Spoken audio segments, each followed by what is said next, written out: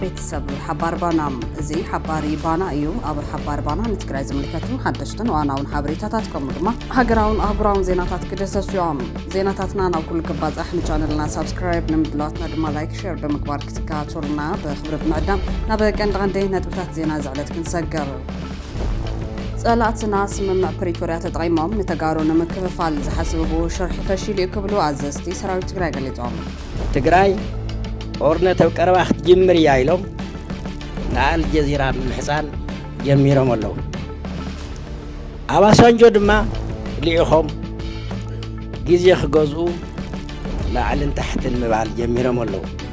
ሕዚ ድሕነትን ህልውናን ህዝቢ ትግራይ ንምርግጋጽ ትክክለኛ ግዜ ክብል ጀነራል ቲዲኤፍ ዝገለጸ ኮይኑ ኣብ ዝዋን መንግስቲ ኢትዮጵያ ንምምላስ ምምሕዳር መንግስቲ ትግራይ ኣፍሪጦ ከም ዝሃበውን ተገሊጹ ኣሎ مخالي وجن بلتقنا بتجراي حدش متقعتنا فرتنا من كيادي دالو كم جنو تقليدهم نزد ما بكل التجراي معسكرات تعليم فن وتخافيتهم من أبجد بتكزل علمنا يتقطع سقعت فتيرة من زول شفان كبوي دالو كم جلو من جتات عمل خيشام سرعة بلتقنا بتمروز فترة حيل تات كام مزنة الليل جزء بتحلك والبروفيسور مرارا قولنا تزاربهم الجايتي بيان أباف تجد ألفيز الله حوحات فنن أونجن መንግስት ከውድቆ ይኸውል ያም ከወልዩት ምኩር ፖሊስ ኩኛ ገለጽ ዘሎ ከነከፍለኩም ኢና ፕሬዝዳንት አሜሪካ ዶናልድ ትራምፕን መራሕቲ ኢራንን ልዕልሚት መዓልታት ተሽሓት ሰባት ክቀትል ንዝጸንሐ ኩናት ደው ንምባል ኣብ ስምምዕነት ከም ዝተበጽሐ ገሊጾም ኣለዉ ነዚኣቶም ካልኦት ተገደስቲ ምዕባልታትን ሒዝና ኣለና ምስ ሓባር ባናጹ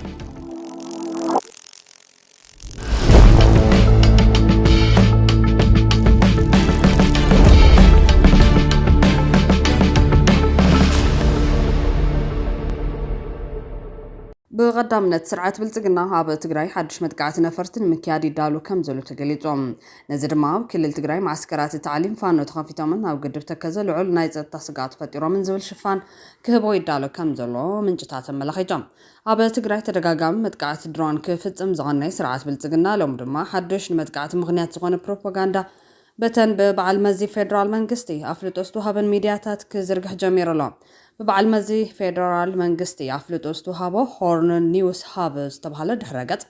لو ميحزوه هابزو تحوريتام كرم هزيابة كل التقراي بوتادرام بوليتيكاون دقاف زرخب عدو قجل فانو أبز حزوان بدقف حوحات أبستفلالي كوابيتات تكل المعسكرات التعليم نادال وانتخون أبز حزوان دما بو سنة وسن تقراي آمن قصاصي ركب كبل زرقح خوينو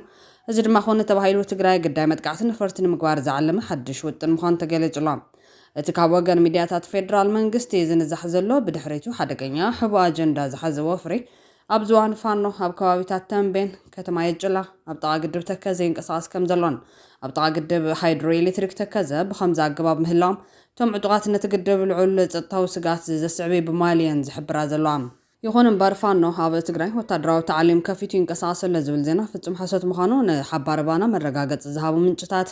እዚ ፕሮፓጋንዳ እዚ ድማ ፌደራል መንግስቲ ማዕጸልታት ተቀዲሙ ሰራዊት ምክልኻል ኢትዮጵያ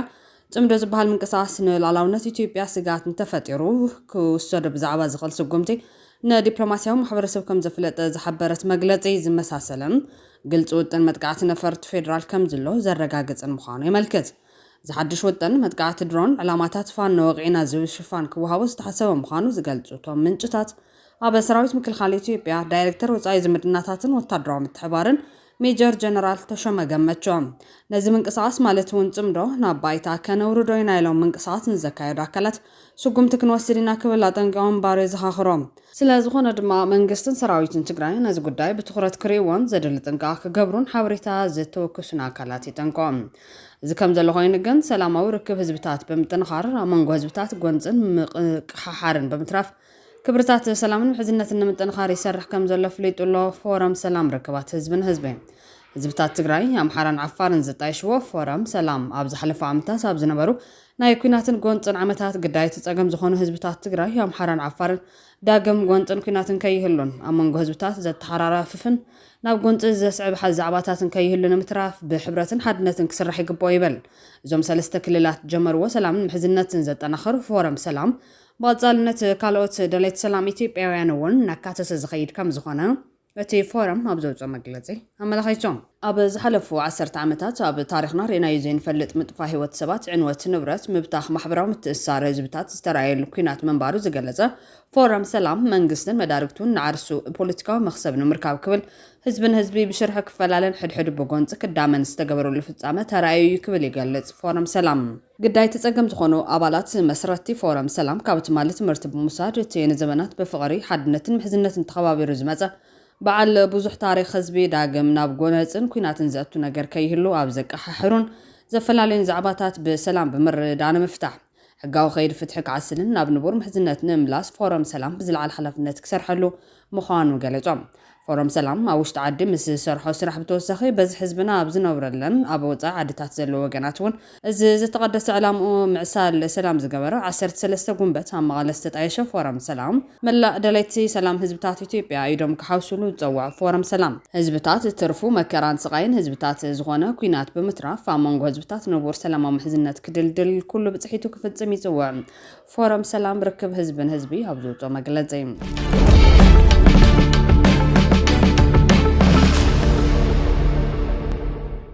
ጽላትና ስምምዕ ፕሪቶሪያ ተጠቂሞም ንተጋሩ ንምክፋል ዝሓሰብዎ ሸርሕ ፈሺሉ ክብሉ ኣዘዝቲ ሰራዊት ትግራይ ገሊጾም ሕዚ ድሕነትን ህልውናን ህዝቢ ትግራይ ንምርግጋጽ ትክክለኛ ግዜ ክብል ጀነራል ቲዲኤፍ ዝገለጸ ኮይኖም ኣብ ዝዋን መንግስቲ ኢትዮጵያ ንምምላስ ምምሕዳር መንግስቲ ትግራይ ኣፍልጦ ከም ዝሃበውን ተገሊጹሎም ጸላይ ኩሉ ዓቕም ተዳኺሙ ሓይሉ ኣብ ፕሮፓጋንዳ ገይሩሎ ክብል ካብ ኣዘዝቲ ሰራዊት ትግራይ ሓደ ዝኾነ ጀነራል ማሾ በየነ ተዛሪቦም ተልእኾ ሰራዊትና ሃልዋትን ድሕነትን ህዝብን ኣብ ምርግጋጽን ላላው መሬትና ሙሓስን እዮም ነዚ ንምፍጻም ድማ ኣብ ጽኑዕ መትከሉ ኣሎ ክብል ጀነራል ማሾ በየነ ፍሊጦም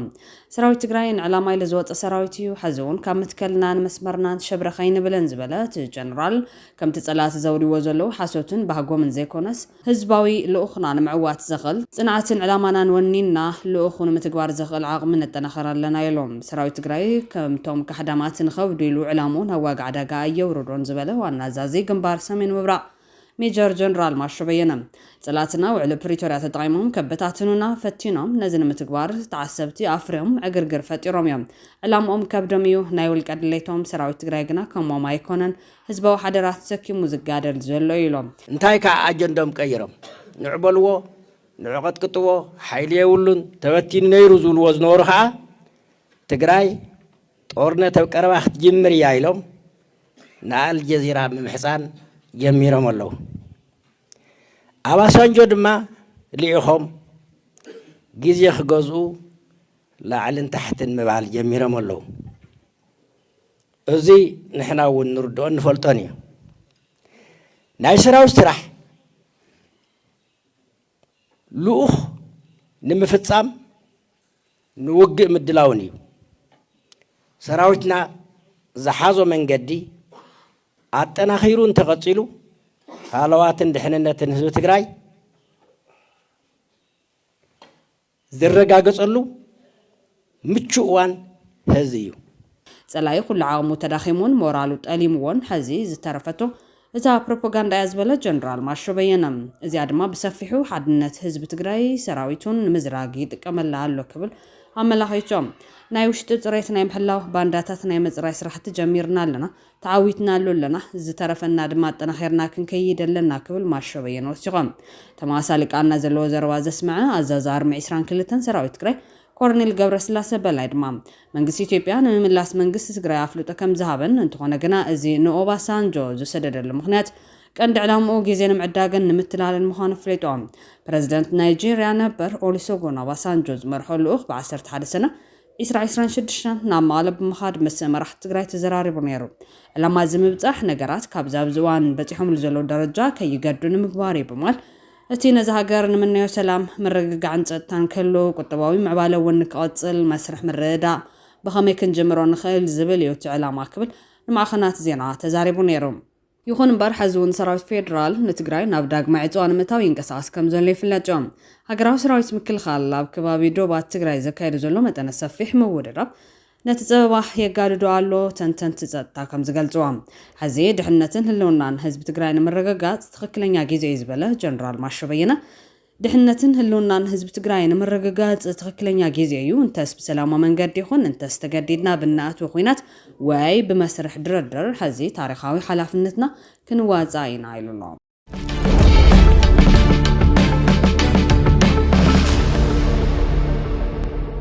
ስርዓት ብልጽግና ብጽምዶ ዝፈጠሩ ሓይልታት ካብ መዝነት ዝለይሉ ግዜ ይበጽሕ ኣሎ ክብል ፕሮፌሰር መረራ ጉዲና ተዛሪቦም። ዕጫ ኢትዮጵያ ኣብ ኣፍ ደገ ጸድፊ ዘሎ ሕወሓት ፋኖን ኦነግን መንግስቲ ከውድቑ ይኽእሉ እዮም ክብል ምኩር ፖለቲከኛ ፕሮፌሰር መረራ ጉዲና ገሊጾም። ኢትዮጵያ ካብ ዝኾነ ዋኒ ላዕሊ ኣብ መስቀላዊ መንገዲ እያ ዘላ ዝበለ ገዲም ፖለቲከኛት ሃገር ፕሮፌሰር መረራ ጉዲና ኣብ መጻኢ ክመጹ ዝኽእሉ 4 ዘፍርሑን ዘሰክፉን ሰናሪዮስ ኣስፊሮሎም። እዚ ትንታነ ፖለቲካዊ ዘረባ ጥራሕ ዘይኮነ ስነብሲ ወከፍና ናብራን ህላዊ ኢትዮጵያ ዝጸሉ ናይ ምንቃሕ ጻውዒት ዝበል ኮይኑ ህልው ኩነታት ዝቕባበ ወይ ድማ ነሃር ዕዳጋ ምምዝባል ኩናትን ዘይምርግጋዕን ኢትዮጵያ ኣብ ጸልማት ከጥሕላ ይኽእል ይብል። መንግስቲ ንእግዚኣብሔር ንሰብ ንህዝቢ ክሰምዕ ይግባእ። ካልኦት ፖለቲካዊ ሓይልታት ድማ ናብ ምድምማጽ መጽኦም ፖለቲካ ኢትዮጵያ ክቐርጹ ክጅምሩ ይግባእ። እዚ ድሌት ኩላትና እዩ። እቲ እንኮ መንገዲ ድሕነት ዝበለት ፖለቲከኛ ሕወሓት ፋኖ ኦነግን ካልኦት ዕጡቃትን ግዛቶም ኣስፊሖም ናብ ማእኸል መጽኦም ነቲ መንግስቲ ከውድቕዎ ይኽእሉ እዮም። እንተኾነ ግን ውጽኢት ናይዚ ንሓድነት ኢትዮጵያ ኣዝዩ ዘፍርሕን ሓደገኛን ክኸውን ከም ዝኽእል እቲ ፕሮፌሰር የጠንቀም። እቲ ናይ መወዳእታን ዝኸፍአን ክትሓስቦ ክትብሎን ዘጸግም ኣማራጺ እታ ኢትዮጵያ እትበሃል ዓባይ ሃገር ኣብ ማህደር ታሪክ ጥራሕ እትተርፈሉ ሓደጋ ምብትታን እዩ በማል ኢትዮጵያ ናይ ምብትታን ዕድላ ሰፊሕ ምዃኑ ይገልጽ። ቀዳም መራርሓ ቀዳማይ ሚኒስትር ኢትዮጵያ አብይ አሕመድ ዓሊ ክልተ ገጽ ዘለዎ ናይ ምትላል ስትራቴጂ ብምጥቃም ንውሽጢ ሃገርን ማሕበረሰብ ዓለምን ንምድንጋር ዝተሓንጸጸ ፖለቲካዊ ቀመር እዮም። በቲ ሓደ ወገን ናይ ሰላምን ልምዓትን መራሒ መሲሉ ክቐርብ እንከሎ ብኻልእ ወገን ድማ ስልጣኑን ምስፍሕን ንምዕቃብን ዘየቋርጽ ግጭታት ዕንወትን ዝፈጥርን ዝነድድን መራሒ ምዃኑ ፖለቲካዊ ትንታነታት የረድኦም። ኣብ ኢትዮጵያ ዘሎ ፖለቲካውን ወታደራውን ኩነታት ብሰንኪ ዝተፈላለዩ ዞባዊ ግጭታትን ምስ ጎረባብቲ ሃገራት ዘሎ ምስሓብን በዚ ሓያል ውጥረት ዝመልኦን ዝተፈላለየ መልክዕ ዘለዎም ኩናት ይርከብ። ቀዳማይ ሚኒስትር አብይ አሕመድ ነቲ ኣብ ሰኔ 2026 ዝተኻየደ ሃገራዊ መረፃ ስዒቡ ስልጣኑ ንምቕጻል እንተደለየ እኳ እቲ ሃገር ግን ኣብ ትግራይ ኣምሓራን ኦሮምያን ብዝተወልዑ ናይ ውሽጢ ዓዲ ግጭታት ትሕመሰላ። ኣብ መንጎ ሰራዊት ምክልኻል ሃገርን ዕጡቃት ፋኖን ዝግበር ዘሎ ናይ ውሽጢ ዓዲ ውጊ ቀፂሉ ይርከብ። ፌደራል መንግስቲ ብፍላይ ብናይ ድሮን መጥቃዕትታት ብምጥቃም ንከተማታትን ገጠራትን ይወቅዕ ከም ዘሎን ብሰንኩ ድማ ሲቪላት ይሃልቁ ከም ዘለው ጸብጸባት ሰባዊ ምስላት ይረዶም። ተቓልሲ ነዊሕ እዋን ዝቐጸለ ናይ ኦሮሞ ናጽነት ሰራዊት ኦላ ምስ ሰራዊት መንግስቲ ዘለዎ ምፍጣጥን ውግን ዝያዳ ገፊሕ ይርከብ። እዚ ድማ ነቲ ቀዳማይ ሚኒስትር ካብ ዓዱ ዝነበሮ ናይ ደገፍ መሰረት ኣዳኺምዎ ኣሎ። ቀዳማይ ሚኒስትር አብይ አሕመድ ናይ ቀይሕ ባሕሪ ኣፍ ደገ ብሓይሊ ይኹን ብሰላም ክንረክብ ኣለና ዝብል መደረታቱ ስዒቡ ምስ ኤርትራ ዘሎ ርከብ ናብ ናይ ኩናት ምፍጣጥ ገጹ ይኸይድ ኣሎ። ኤርትራ ንተቃዋምቲ ሓይልታት ኢትዮጵያ ትድግፈላ ዝብል ክሲ ካብ ኣዲስ ኣበባ ክቐርብ እንከሎ በኣንጻሩ ኤርትራ ድማ ዶባታ ንምክልኻል ወታደራዊ ምድላዋት ትገብረላ። ምስ ሱዳን ዘሎ ምስሓብ መንግስቲ ሱዳን ኢትዮጵያ ምስቲ ኣብ ውሽጢ ሱዳን ዝዋጋ ዘሎ ፈጣን ደገፍ ሓይሊ RSF ትተሓባበረላ በማል ይኸስስ። እዚ ድማ ኣብ መንጎ ሱዳንን ኢትዮጵያን ዘሎ ናይ ዶብ ሓደጋን ምስሓብን ኣብ ዝዋን እዚ ዝለዓለ ደረጃ በፂሑ ኣሎ። ስርዓት ብልጽግና ዝፈጠሮ ሰብ ስራሕ ኩናትን ግጭትን ሓዊሱ ካልኦት ተፈጥሯዊ ምኽንያታትን ኣብ ኢትዮጵያ ኣብ ዝዋን በሚልዮናት ዝቁጸር ህዝቢ ካብ መረበቱ ተመዛቢሉ ይርከብ።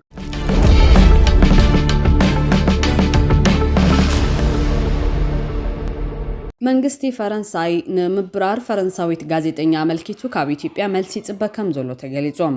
ኤምባሲ ፈረንሳይ ኣብ ኢትዮጵያ ንምብራር ጋዜጠኛ ኦግስቲን ፓስሊ አመልኪቱ መብርሂ ይጽበ ከም ዘሎ ገሊጹላ። ኣብ አዲስ ኣበባ ዝርከብ ኤምባሲ ፈረንሳይ ብዛዕባ ምብራር ጋዜጠኛ ኦግስቲን ፓስሊ ካብ በዓል መዚ ሚድያ ኢትዮጵያ መብርሂ ንምርካብ ከም ዝሓተተን መልሲ ይጽበ ከም ዘሎ ናብርሂው። ዓለም ለኻዊ ተጣበቐ መሰል ጋዜጠኛታት CPJ ብወገኑ ሰበስልጣናት ኢትዮጵያ ፍቓድ መንበርን ኣፍልጦ ሚድያን ታ ጋዜጠኛ ብህፁፅ ክምልሱላን ናብታ ሃገራትያ ስርሓ ክትቅጽልን ክፍቀደላ ኣጥቢቑ ሓቲቱሎም። ኢትዮጵያ ኣብ ልዕሊ ጋዜጠኛታትን ትካላት ማዕኸናት ዜናን ተወስዶ ዘላ ስጉምትታት ኣሰንባድን ኣሻቐልን እናኾነ ክኸይድ ምጽንሖን ኣብዚ ሕዚ እዋን ድማ እናባሰ ይኸይድ ከም ዘሎ ምሁራትን ተንተንቲ ፖለቲካን ይገልጹ።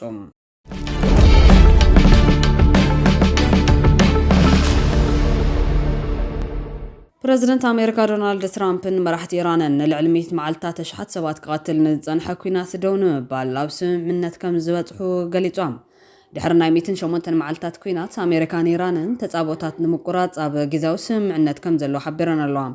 እዚ ድማ ብመጻብ ሆርሙዝ ኣቢለን ብነጻ መራኸቢ መጓዓዓዝን $12 ቢልዮን ዝግመት ዝሓረጀ ንብረት ኢራን ምልቃቐን ዝብሉ ዝሓወሰዮም እቲ በመንጎኝነት ፓኪስታን ጋህዲ ዝኾነ ስምምዕነት ኣብ ስዊዘርላንድ ክፍረም ተዳሊሉ ኢራን ወታደራዊ ስርሒታታ ከተቋርጽ ምዃና ቴሄራንን ዋሽንግተንን ድማ ነቲ መዘክር ስምምዕነት ንምፍራም መደብ ሒዘን ኣለዋ ኣብ ኣሜሪካ ኣባላት ባይቶ ዲሞክራት ነቲ ስምምዕ ብሓጎስ ዝተቐበልዎ ዋላ እኳ እንተኾነ ንውሳነታት ኩናት ትራምፕ ብትሪን ኣፍዎሎም ዓለማዊ ዕዳጋታት ኣውንታዊ ምዕባለ ድሮ ከርኢ ዝጀመረ ኮይኑ ዋጋ ነዳዲ ምንቁልቋል ከምኡውን ኣክስዮናት ኤስያ ድማ ወሰኸር ተባሂሉ ኣሎ መራሕቲ ምዕራባውያንን ውድብ ሕቡራት ሃገራትን ነቲ ስምምዕ ኣብ ማእኸላይ ምብራቕ ናብ ሰላም ዝወስድ ስጉምቲ ምዃኑ ይዶም ፕረዚደንት ኣሜሪካ ዶናልድ ትራምፕን ምክትል ሚኒስተር ጉዳያት ወፃኢ ኢራን ካዛም ጋራዋዲን ትማሊ ሰንበት ኣብ ዝሃቦ መግለጺ ነቲ ኩናት ንምቁራጽን ብመጻብ ሆርሙዝ ኣቢሉ ዝግበር ትራፊክ ንግዲ ዳግማይ ንምጅማርን ኣብ ናይ መጀመርታ ስምምዕ ከም ዝበጽሑ ገሊጾም እዮም ትራምፕ እቲ ስምምዕነት ኣሜሪካን እስራኤልን ብ28 ለካቲት ኣብ ልዕሊ ኢራን መጥቃዕቲ ካብ ዝጅምራን ድሓር ብዓብዩ ተዓጽዩ ዝጸንሐ መጻብ ሆርሙዝ ኣቢሉ ብነጻ መራኸቢ ንክጓዓዛ ዘኽእል ምዃኑ ገሊጾም ትራምፕ ብሰንበት ኣብ ትሩዝ ሶሻል ሚድያ እቲ ምስ እስላማዊት ሪፐብሊክ ኢራን ዝተገበረ ስምምዕ ሕዚ ተወዲሉ ክብል ጽሒፎም ኣሜሪካን ኢራንን መጻብ ዓርቢ ኣብ ስዊዘርላንድ ናይ ምርድዳእ ስምምዕነት ክፈራረማ ምዃነን ከም መንጎኛ ኮይኑ ዝሰርሐ ቀዳማይ ሚኒስተር ፓኪስታን ገሊጾም ሎሚ ሰኑት ኺላት ካብ ዝጅመር 108 መዓልታት ዝቆፀረ ኮይኑ ኣሜሪካን እስራኤልን ኣብ ልዕሊ ኢራን ብዘካይዶ መጥቃዕቲ ተጀሚሩ ድሕርቲ ንሰሙናት ዝቐጸለ ጽዑቕ ድርድር ኢራን ኣብ ስምምዕ እንተዘይበጺሓ ሓድሽ ዝሓየሉ መጥቃዕትታት ከም ዝፍጽም ትራምፕ ኣብ ዘፈራርሐሉ ህሞት እዩ ተስፉ ምዕባለ ተሰሚዖም መጻብ ሆርሙዝ ዳግማይ ክኽፈት እዩ ፍርቂ ወግዓዊ ማዕኸን ዜና ኢራን ምህር እቲ ረቂቕ ስምምዕ በመሰረት ምድላዋት ኢራን መጻብ ሆርሙዝ ኣብ ውሽጢ 30 መዓልታት ዳግማይ ክኽፈት ዝጽውዕ ምዃኑ ገሊጾም ትማሊ ሰንበት 80 ዓመት ዕድመ ዝመልኦ ትራምፕ ትስምዕ ኣሜሪካን እስራኤልን ብ28 ታሕሳስ ኣብ ልዕሊ ኢራን መጥቃዕቲ ካብ ጅምራን ድሓር ብዓብይኡ ተዓጽዩ ዝጸንሐ መጻብ ሆርሙዝ ኣቢሉ ብነጻ መራኸቢ ንክጓዓዝ ዘኽእል ምዃኑ ገሊጾም ዝተኣገደ ንብረት ኢራን እውን ክልቀቕ እዮም ማዕኸን ዜና ኢራን መህር ኣሜሪካ ቅድሚ ድርድር ምጅማሩ $12 ቢልዮን ዝግመት ተኣጊዱ ወይ ተሓሪጁ ዝነበረ ንብረት ንኢራን ክትለቅቕ ምዃና ተስማዕሚዓ ክብል ጸብጺቦም ትራምፕ ትማሊ ሰንበት ምስ ዘ ኒውዮርክ ታይምስ ኣብ ዝገበሩ ቃለ መሕተት ዋሽንግተን ኢራን ን20 ዓመታት ምህብታን ባታ ዩራኒየም ደው ከተብሎ ድያ ኣይተብሎን ገና ኣብ ድርድር ከም ዘላ ገሊጾም ትራምፕ ን15 ዓመት እገዳ ኣብ ልዕሊ ኢራን ክቋረጽ ከም ዝኽእል ኣተንቢሁ እኳ እንተነበረ ብመንገዲ ወግዓዊ መግለጺ ክዝረበሉ ከም ዘይደሊ ግን ገሊጾም ሴክሬታርያት ላዕለዋይ ቤት ምኽሪ ሃገራዊ ድሕነት ኢራን ናብ ሎሚ ዘወግሕ ለይቲ ኣብ ዝሃቦ መግለጺ እቲ ምስ ኣሜሪካ ዝተገበረ ስምምዕ ኣብ ኩሉ ግንባራት ዝካየድ ዘሎ ተጻወታት ብቕልጡፍ ምቁራጽ ዘጠቓልል ኢሎም በቲ ዝተበጽሐ ስምምዕነት ብምብጋስ ሊባኖስ ሓዊሱ ኣብ ኩሉ ግንባራት ዝካየድ ዘሎ ኩናትን ወታደራዊ ስርሒታትን ካብ ሎም ምሸት ጀሚሩ ብቕጽበትን ሓዋሩን ክዛዘም ይብማል ብተወሳኺ ድማ ኣብ ልዕሊ ኢራን ዝካየድ ዘሎ ገዳ ሓይሊ ባሕሪ ብቕጽበትን ሙሉእ ብሙሉእን ክውዳእ እዩ ክብል ኣፍሊጦም ኣብ ኣሜሪካ ዘሎ ኩነታት ድማ ዲሞክራትስ ንትራምፕ ብሰንኪ ኩናት ይነቕፉ እዮም ዘለዎም ኣባላት ባይቶ ዲሞክራት ነቲ ስምምዕ ብሓጎስ ክቕበልዎ እንከለዉ ምምሕዳር ትራምፕ ነቲ ኩናት ዝምልከት ውሳነታት ግን ናይፎሞም ሴኔተር ክሪስ ኩንስ ካብ ደሌዌር እቲ ስምምዕ ነቲ ኩነታት ናብ ቁኑዕ ኣንፈት ዘሰጋግሮ እኳ እንተኾነ ሓያሎ ሕቶታት ከም ዘለዎ ገሊጾም ኣብቲ ዝተስማዕምዕሉ ተወዳዳሪ ትርጉማት ሓደጋታት ከስዕብ ከም ዝኽእል ጠንቂቖሎም ኣብ ኮሚቴ ርክባት ወጻኢ ሴኔት ዘገልግሉ ሴኔተር ክሪስ መርፊ እቲ ስምምዕ ንኢራን ኢድካ ምሃብ እኳ እንተኾነ ኣሜሪካ ግን እዚ ዕብዳን ዘይሕጋዊ ኩናት መዓልታዊ ስለ ዝቐጽል እናደኸምና ስለ ንኸይድ ደው ምባሉ ብኡ ክትሕጐስ ከም ዘለዋ ገሊጾም ጉዳይ ሊባኖስ ዝምልከት እውን ትራምፕ ንመጥቃዕቲ እስራኤል ኣብ ልዕሊ ቤይሩት ነቒፉሎም ትማሊ ሰንበት እቲ ስምምዕ ብትራምፕ ቅድሚ ምእዋጁ እስራኤል ኣብ ልዕሊ ቤይሩት መጥቃዕቲ ኣየር ኣካይዳ እያ ትራምፕ ነዚ መጥቃዕቲ ድሕሪ ምጅማሩ ንእስራኤል ንምፍራም እቲ ስምምዕ ምድንጓያ ብሕርቃ ነቒስዋ ትራምፕ ምስ ማዕኸን ዜና ኣሜሪካ ኣክሲዮስ ኣብ ዝገበሮ ናይ ቴሌፎን ቃለ ምሕተት ብዛዕባ ቀዳማይ ሚኒስተር እስራኤል ቤንጃሚን ኔታንያሁ ኣዝየ ተቖጢዐ ነይረ ኣፍሊጠዮ ኣለኹ ክብል ተቖጢዖም መራሕቲ ምዕራባውያን ነቲ ስምምዕ ንኢዶም ኣለዉ ቀዳማይ ሚኒስትር ዓባይ ብሪጣንያ ኬር ስታርመር ኣብ መንጎ ኣሜሪካን ኢራን ዝካየድ ተወሳኺ ቴክኒካዊ ዝርርብ ንምሕጋዝ ድሉው ምዃኑ ብምግላጽ ዳግማይ ምኽፋት መጻብ ሆርሙዝ ዕዳጋታት ፀዓት ከረጋግዕ ተስፋ ከም ዘሎ ገሊጾም ፕረዚደንት ፈረንሳይ ኢማኑኤል ማክሮን እውን ነቲ ስምምዕ ብምንኣድ ፓሪስ ንመንግስቲ ሊባኖስ ክድግፍ እያ ኢሎም ሓለፍ ሕብረት ኣውሮፓ አንቶኒዮ ኮስታ ኣብ መንጎ ኣሜሪካን ኢራንን ኩናት ማእኸላይ ምብራቕ ንምቁራጽ ዝተገብረ ስምምዕ ብሓጎስ ብምቕባል እቲ ውድብ ኣብ ስትራቴጂ ዘላቒ ሰላም ኣበርክቶ ንምግባር ድሉው ምዃኑ ገሊጾም ዋና ጸሓፊ ሕቡራት ሃገራት አንቶኒዮ ጉተሬዝ ኣብ ማእኸላይ ምብራቕ ዝካየድ ዘሎ ኩናት ንምፍታሕ ወሳኒ ስጉምቲ ምዃኑ ገሊጾም ዓለም ለኻዊ ቁጠባ ዝምልከት ድማ ዋጋ ነዳዲ ምንቁልቋል ጀሚሩ ኣሎ ዋጋ ነዳዲ ድሕሪ ናብ ሎሚ ሶኒ ዘብጽሕ መዓልቲ ካብ ወርሒ መጋቢት ናብዚ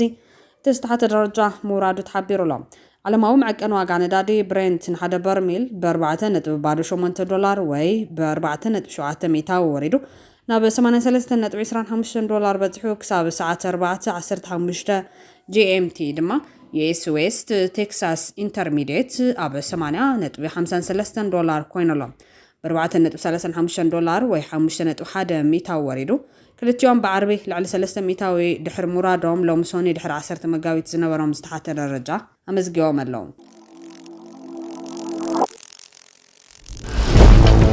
ብትዋትን ክቡራትን ቤተሰብ ሓባር ባና ነዝዕለት ዝሓዝናዮም ሓበሬታታት ኣብ ዝኸምቢትና ንቻነልና ሳብስክራይብ ንምድላዋትና ድማ ላይክ ሼር ብምግባር ቤተሰብ ሓባር ባና ይኹኑ። ሰላም